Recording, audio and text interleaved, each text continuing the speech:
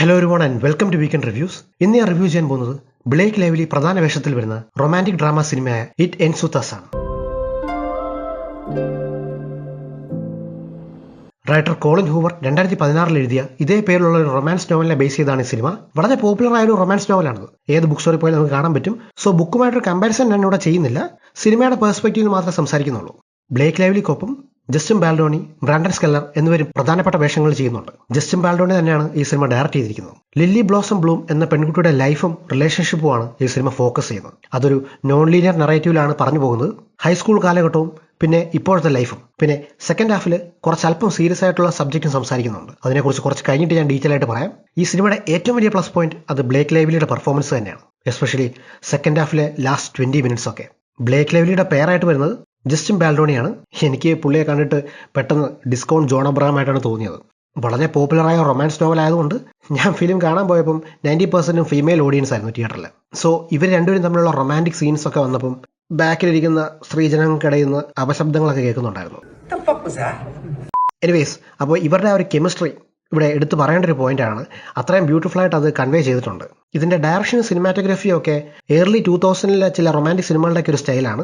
Sound track ഒക്കെ അങ്ങനെയാണ് place ചെയ്തിരിക്കുന്നത്. സോ വിഷ്വൽസ് എല്ലാം നല്ലതാണെങ്കിലും അല്പം ഔട്ട്ഡേറ്റഡ് ആയിട്ട് നമുക്ക് ഫീൽ ചെയ്യും. എനിക്ക് പേഴ്സണലി ഇഷ്ടപ്പെട്ടത് ഫ്ലാഷ് ബാക്കിലെ കഥയാണ്. അവിടെ ആ കാലഘട്ടം അഭിനയിച്ച രണ്ടുപേരും വളരെ കൺവിൻസിംഗ് ആയിട്ടുള്ള പെർഫോമൻസ് ആയിരുന്നു. ആ ഒരു ടീനേജ് ലവ്, ഇന്നസെൻസ് ഒക്കെ നന്നായിട്ട് അവർ ക്യാപ്ചർ ചെയ്തിട്ടുണ്ട്. സിനിമ കണ്ടിറങ്ങിയാലും ഓർത്തിരിക്കുന്നത് ആ പോർഷൻസ് ആണെന്ന് എനിക്ക് തോന്നി. ഓക്കെ, ഞാൻ ഇനി പറയാൻ പോകുന്ന ചില പോയിന്റ്സ് സ്പോയിലേഴ്സ് ആണ്.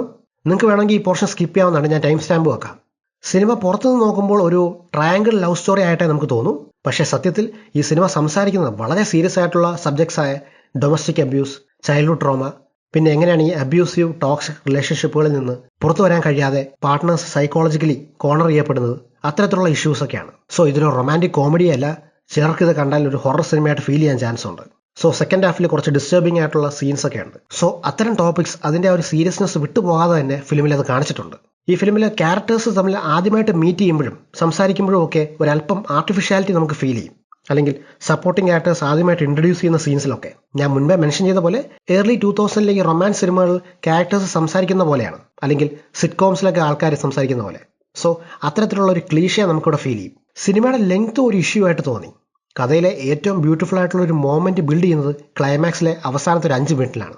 ഏറ്റവും പവർഫുൾ ആയിട്ടുള്ള ഒരു സീൻ അവിടെയാണെന്ന് എനിക്ക് തോന്നിയത്. പക്ഷേ ആ ഒരു പോയിന്റിലേക്ക് എത്താൻ എടുക്കുന്ന ഒരു ടൈം വളരെ കൂടുതലായിട്ട് തോന്നി. 10 to 15 minutes എഡിറ്റ് ചെയ്ത് കളഞ്ഞിരുന്നെങ്കിൽ കുറച്ചുകൂടെ ടൈറ്റ് ആയതിനെ, കുറച്ചുകൂടെ എൻഗേജിംഗ് ആയിട്ട് ഫീൽ ചെയ്തേനെ. ഈ ബ്ലേക്ക് ലൈവ്ലിയും ജസ്റ്റിൻ ബാൽഡോണിയും തമ്മിലുള്ള റിലേഷൻഷിപ്പ് ബിൽഡ് ചെയ്യുന്ന റൊമാൻറ്റിക് സീൻസ് ഒക്കെ ആദ്യം നല്ല വൈബായിട്ട് നമുക്ക് തോന്നും. പക്ഷേ ഒരു പോയിന്റ് കഴിയുമ്പോൾ അത് ഭയങ്കര ബോറടിക്കും. ഒരേ സീൻസ് തന്നെ ഇങ്ങനെ റിപ്പീറ്റ് ചെയ്ത് വരുന്ന പോലെ ആ ഒരു ഫീലിംഗ് ആണ്.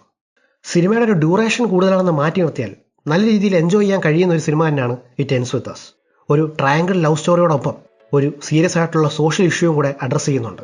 ഒരു മികച്ച ഫസ്റ്റ് ഹാഫും പിന്നെ അല്പം സ്ലോ ആയിട്ടുള്ള ഒരു സെക്കൻഡ് ഹാഫുമാണ്. റൊമാൻറ്റിക് സിനിമകൾ നിങ്ങൾ ഇഷ്ടപ്പെടുന്ന ഒരാളാണെങ്കിൽ ഡെഫിനറ്റ്ലി ഒരു തവണ നിങ്ങൾക്ക് കണ്ടുപോകാം. സോ ഇതാണ് എൻ്റെ review of it ends with us.